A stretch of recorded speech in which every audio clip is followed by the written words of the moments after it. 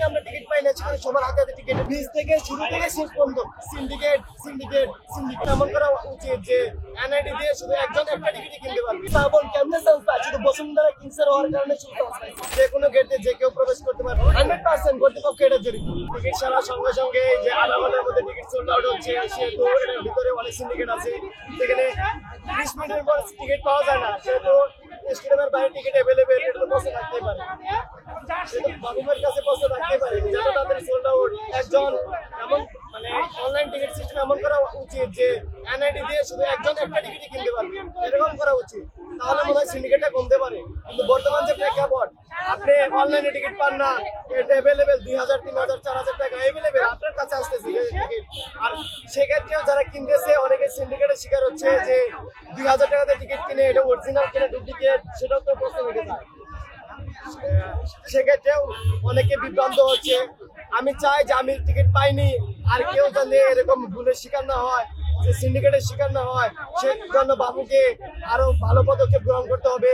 তারপর দেখেন এই যে বিভিন্ন গেটের ঢুকার নিয়ে যেটা দেখতেছি, যে এক গেটে ঢুকেছে, এদিকে ঢুকা যাইতেছে না, অন্যদিকে যেহেতু অনলাইন সিস্টেম করছে, বর্তমান প্রেক্ষাপট যে অনলাইন, সেহেতু অনলাইন সিস্টেমের মাধ্যমে যে কোনো গেটে যে কেউ প্রবেশ করতে পারবে, এরকম করা দরকার। লাইনে যে কেউ দাঁড়িয়ে আছে, শেষ পর্যন্ত লাইন, অনেক বিশাল লাইন। মনে করো 4 নম্বর গেটে আমি যে অবস্থা দেখলাম, একবারে বায়তুল মুকাররমের শেষ পাঁচ পর্যন্ত, ওই পর্যন্ত মাঝখান দিয়ে আরেকজন এসে ঢুকতেছে, কেউ কোনো কিছু বলার নাই। এত মানে নিয়ম যে একটা বিশৃঙ্খলা আছে, বিশৃঙ্খলা সর্বনিম্ন পর্যায়ে চলে গেছে। না আমি কিনি না, আমি দেখছি, আমি অনলাইনে টিকিট পাই নাই, সেহেতু আসছি, আমি যেখানে আসছি পরিস্থিতি কি সেটা দেখার জন্য আমি আসছি। আমার আশপাশে বিক্রি করতেছে, এরকম যাইতেছে যে 2000 টাকা টিকিট কিনে খেলা দেখা সম্ভব না, এরকম বলতেছে।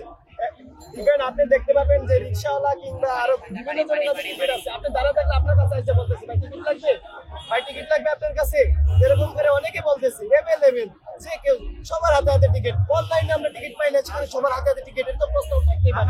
100% কর্তৃপক্ষ এটা জড়িত। কর্তৃপক্ষ জড়িত না থাকলে টিকিট এত তাড়াতাড়ি সোল্ড আউট, তারপর সার্ভার ডাউন, এটা হচ্ছে সবচেয়ে বড় কথা। আমি ভাই 3 ফোন দিয়ে একসাথে বসে 3 ফোন দিয়ে দেখতেছি সার্ভার ডাউন হওয়ার তো কোনো কথা নাই। যেখানে বারবার সার্ভার ঠিক করছে, সার্ভার আপডেট করার পর বাবুকে এত মানে এখন আরেকটা কথা হচ্ছে, বাবুকে বর্তমান বিগত বছরগুলোতে দেখেন আর বর্তমান দেখেন কি পরিমাণ আপডেট হয়েছে ফুটবলে, যে সুমিত চুম, হামিদুল, খেলোয়াড়দের মাধ্যমে কিন্তু সিন্ডিকেট আছে। বিশেষ করে এখন যেটা বলতে চাই, আনিসুর রহমান জিকুর কথা, তিনি কিন্তু বিভিন্ন জায়গায় বলে থাকেন। তারপরে যে বাংলাদেশ পুলিশ এফসির তুষার যে গোলকিপার আছে, উনিও বলছে যে ভাই ওনাকে যদি প্রশ্নবিদ্ধ করা হয় যে ভাই তাহলে জাতীয় দলে কি আপনি খেলতে পারেন না, বিভিন্ন গ্রামে বিভিন্ন মাঠে। এবং বাংলাদেশের সর্বোচ্চ গোলকিপার যে থাকে এখন আনিসুর রহমান যে কোচ লেভেলের গোলকিপার, শ্রাবণ কেমনে চান্স পায়? শুধু বসুন্ধরা কিংসের হওয়ার কারণে শুধু চান্স পাইছে, তাছাড়া আর কোনো কারণ দেখি না।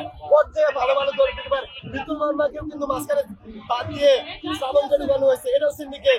তারপর সারের কথা বলতে অনেকের ইন্টারভিউ দিতে বলে সিন্ডিকেট বলে আর কোনো কথা বলে না, শুধু একটু বলে যে সিন্ডিকেটের কারণ। বীজ থেকে শুরু থেকে শেষ পর্যন্ত সিন্ডিকেট। প্রত্যাশা হচ্ছে বাইরে যত যাই কিছু হোক, বাংলাদেশের সাপোর্টার আমি, যেহেতু বাংলাদেশের বেস্ট অফ লাক, আমি চাই বাংলাদেশ উইন হোক, এবং ইভেন আমার আশাবাদী যে কি নাকি বাংলাদেশ।